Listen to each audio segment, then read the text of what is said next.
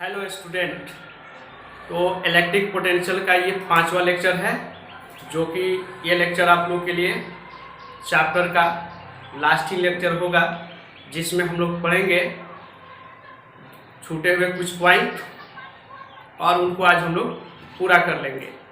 तो electric potential में आज हम लोग को पढ़ना है work done rotating the dipole in a uniform electric field, यानी समरूप विद्युतीय क्षेत्र में किसी डाइपोल को रोटेट करने में अर्थात घुमाने में किया गया एक यूनिफॉर्म इलेक्ट्रिक फील्ड है, जिसमें एक डाइपोल को थीटा कोण पर रख दिया गया है और इस डाइपोल को घुमाने में किया गया वर्क डन हम लोग को ज्ञात करना है। तो जब किसी यूनिफॉर्म इलेक्ट्रिक फील्ड में डाइपोल को रख दिया जाता है, किसी यूनिफॉर्म इलेक्ट्रिक फील्ड में डाइपोल को रख दिया जाता है, तो इन पर एक टॉर्क काम करता है। टॉर्क क्यों काम करता है? क्योंकि डाइपोल में दो आवेश होते हैं, एक पॉजिटिव और एक नेगेटिव, जिन पर विद्युत क्षेत्र कुछ बल आरोपित करता है। तो ये प्लस क्यू आवेश पर लगने वाला बल और ये माइनस क्यू आवेश पर लगने वाला बल, दोनों का परिमाण बराबर है और दिशा विपरीत है, जिसके फलस्वरूप यहाँ पे टॉर्क का निर्माण होता है, अर्थात बलाघूर्ण का। तो समरूप विद्युतीय क्षेत्र में डाइपोल पर कार्य करने वाला बलाघूर्ण यानी टॉर्क। टॉर्क को हम लोग टाउ से डिनोट करते हैं और टाउ इक्वल टू, आप लोग को इसके पहले वाले लेक्चर में पढ़ाए गए हैं, टी ई साइन थीटा।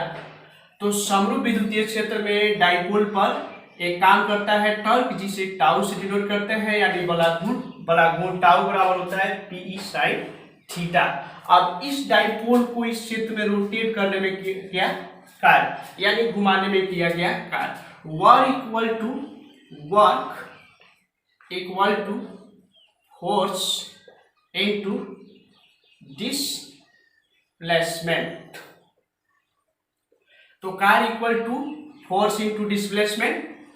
चूंकि डाइपोल को हम लोग यहाँ पे घुमाएंगे तो कार्य का मान ज्ञात करना है। वर्क को हम लोग W से डिनोट करते हैं, फोर्स को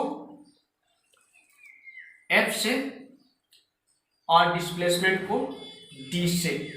तो यहाँ पे डिस्प्लेसमेंट विस्थापन नहीं बल्कि d थीटा लिया जाएगा, क्योंकि डाइपोल यहाँ से कहीं जा नहीं रहा है, क्योंकि डाइपोल को इसी में रोटेट किया जा रहा है, अर्थात कोण का मान बढ़ेगा या घटेगा। तो यहाँ पे बल के स्थान पर हम लोग टॉर्क लेंगे, क्योंकि डाइपोल पर कार्य करने वाला बल टाउ से डिनोट किया जाता है और विस्थापन यहाँ पे डी थीटा,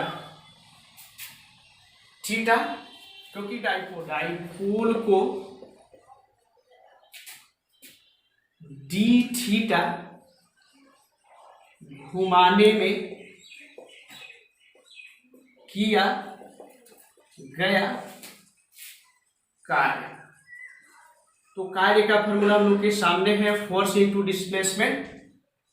चूंकि डी थीटा घुमाया गया है तो कार्य का मान भी छोटा होगा, इसलिए W के स्थान पर हम लोग लिखेंगे DW इक्वल टू टाउ के स्थान पर हम लोग लिखेंगे PE sine theta into d theta.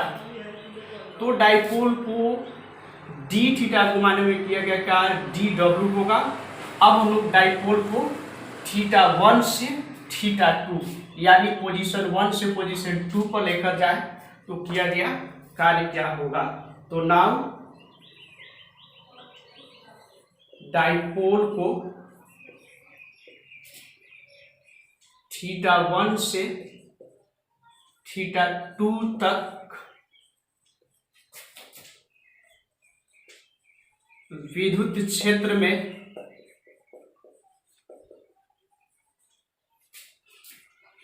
घुमाने में किया गया कार्य। तो अब हम लोग डाइपोल को θ1 से θ2 तक विद्युत क्षेत्र में घुमाने में किया गया कार्य का मान ज्ञात करेंगे।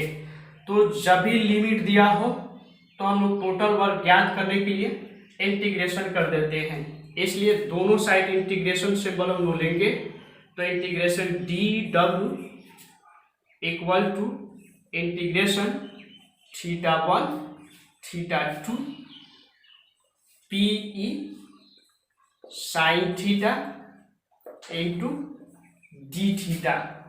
अब इंटीग्रेशन उसी का होगा जो डी थीटा से मैच करेगा, यानी साइन यहाँ पे मैच कर रहा है थीटा के साथ, बाकी कांस्टेंट के रूप में बाहर निकल जाएंगे। तो ये हो जाएगा PE into integration θ1 θ2 sine theta into d theta. तो साइन का इंटीग्रेशन आप लोग पढ़े हैं, साइन का इंटीग्रेशन माइनस कॉस थीटा होता है। तो अब हम लोग इसका इंटीग्रेशन करने वाले हैं। तो dw का इंटीग्रेशन w, तो और हम लोग लिख सकते हैं dw का इंटीग्रेशन w इक्वल टू, और PE आपका कॉमन है, और साइन थीटा का इंटीग्रेशन माइनस कॉस थीटा, और लिमिट यहाँ पे है θ1 से θ2। अब ये वैल्यू थीटा के स्थान पर हम लोग यहाँ पे पुट करेंगे। साइन का इंटीग्रेशन माइनस कॉस थीटा, और यहाँ पे वैल्यू ये हम लोग पुट करेंगे। तो यहाँ पे थीटा के स्थान पे θ2 और दूसरा मान रखा जाता है, तो माइनस का सिंबल कैलकुलस के अनुसार, तो माइनस और माइनस कॉस θ1, ये माइनस माइनस आपके प्लस हो जाएंगे, माइनस इंटू माइनस प्लस, तो ये कॉस θ1 माइनस कॉस θ2 PE, इसलिए work equal to PE cos θ1 minus cos θ2, यानी θ1 से θ2 तक घुमाने में किया गया। तो इस तरह से डाइपोल को घुमाने में किया गया कार्य W equal to PE cos θ1 minus cos θ2। अब हम पढ़ेंगे विशेष स्थितियां यानी स्पेशल। तो अब हम लोग स्पेशल केस देखने वाले हैं, जिसमें डाइपोल को साम्य अवस्था से थीटा तक घुमाने में किया गया कार्य ज्ञात करना है। साम्य अवस्था 0 डिग्री को बोला जाता है, जिसमें 0 डिग्री से थीटा तक डाइपोल को घुमाने में किया गया कार्य, अर्थात ये θ1 का वैल्यू होगा और ये θ2 का। तो W equal to PE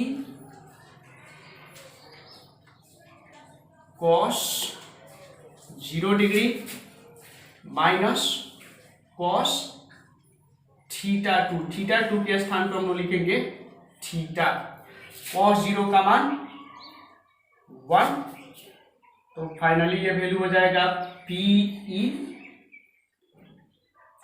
1 minus cos theta. तो किसी डाइपोल को साम्य अवस्था से थीटा तक घुमाने में किया गया कार्य W equal to PE 1 minus cos theta, ये व्यंजक प्राप्त होता है। इसके बाद हम लोग ये स्पेशल केस 2 में डाइपोल को 0 डिग्री से 180 डिग्री तक घुमाने में किया गया कार्य, यानी साम्य अवस्था से डाइपोल को 180 तक रोटेट करने में किया गया कार्य।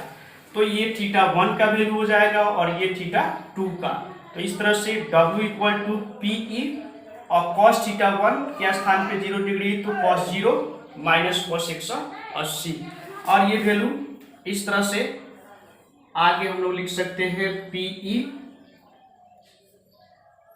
1, cos 0 का मान 1, माइनस है तो माइनस, और cos 180 का मान -1। तो ये माइनस माइनस प्लस हो जाएगा, और माइनस माइनस प्लस, तो 1 प्लस 1 इक्वल टू 2।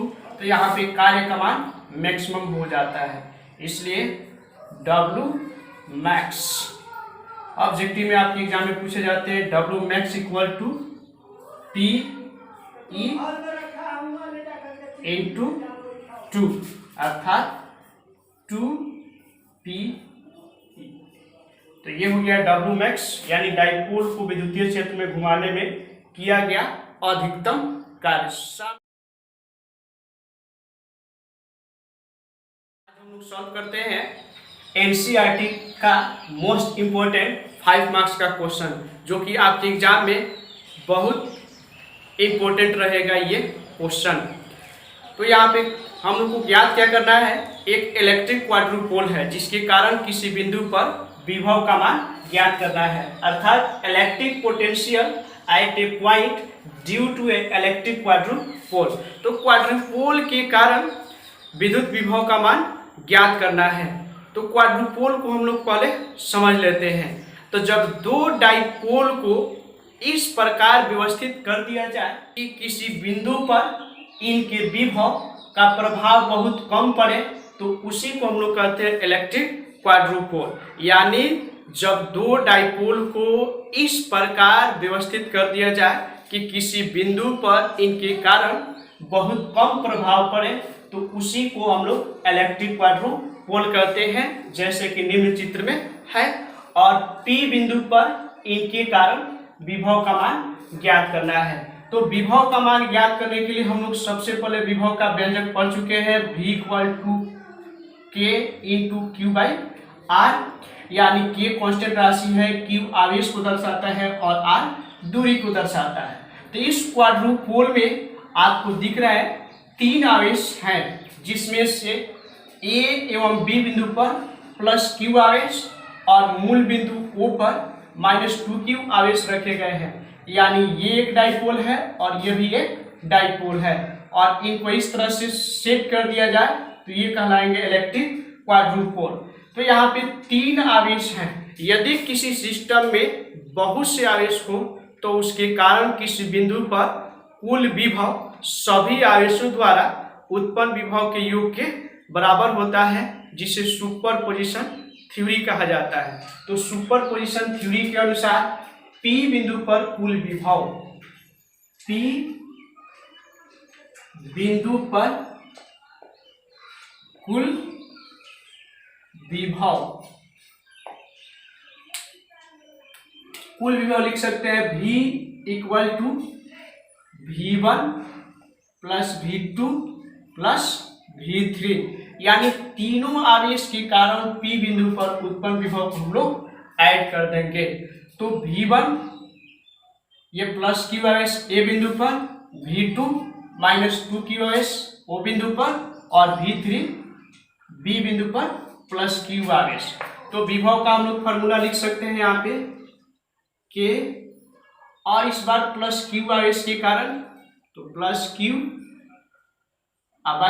दूरी, तो A से P की दूरी, तो सेंटर से दूरी R है और ये दूरी आप इसमें ऐड कर देंगे तो टोटल दूरी क्या हो जाएगा। यानी दूरी हम लिख सकते हैं R + A प्लस दूसरे आवेश के कारण P बिंदु पर विभव, तो K -2Q बाई 2Q से दूरी हम क्या लिख सकते हैं R + K और +QS, यानी B बिंदु से दूरी K +QS by R - A। अब इनमें से जो राशि कॉमन है उसको हम लोग कॉमन कर लेंगे, बाकी इसको ऐड कर देंगे तो क्वाड्रुपोल के कारण किसी बिंदु पर विभव का मान ज्ञात हो जाएगा। तो K × Q सब में शामिल है, कॉमन कर लीजिए K × Q, और बच जाएगा आपके 1/R + A minus plus minus -2/R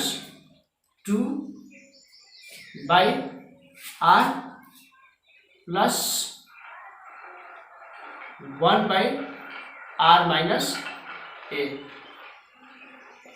अब इनको हम लोग क्या कर देंगे, ऐड कर देंगे।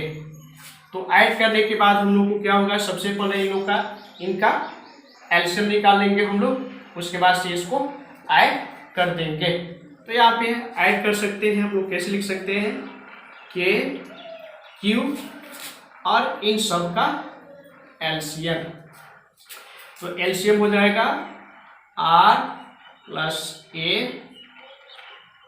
आर माइनस ए इंटू, इस तरह से आप एलसीएम निकाल कर इसको सॉल्व करेंगे तो ये आपका मान आएगा k इंटू क्यू 2a² और ये इसका मल्टीप्लाई करिएगा तो R Q minus R into a²। इसमें से हम लोग क्या करेंगे, आर क्यू को कॉमन, तो आर क्यू कॉमन कर लिए तो ये बच जाएगा a² और एक आर निकल गया तो 2 आर आपके डिवाइडेड में, ये आप सॉल्व करके देख सकते हैं। और v इक्वल टू k इंटू Q 2a² by R Q into 1 minus a² by r²। तो यहाँ डाइपोल के बीच की दूरी बहुत कम ली जाए, a लेस देन r, तो a² by r² equal to 0 होगा। तो ये मान यहाँ पे पुट किया जाएगा तो फाइनली विभव, इसलिए v equal to k 2q a² by r³। तो ये क्वाड्रुपोल के कारण किसी बिंदु पर विद्युत विभव का व्यंजक प्राप्त होता है, अर्थात v समानुपाती 1/r³। ये मोस्ट इंपोर्टेंट आपके ऑब्जेक्टिव है जो कि आपके एग्जाम में पूछे जाते हैं कि विभव का मान किसके समानुपाती होता है। तो r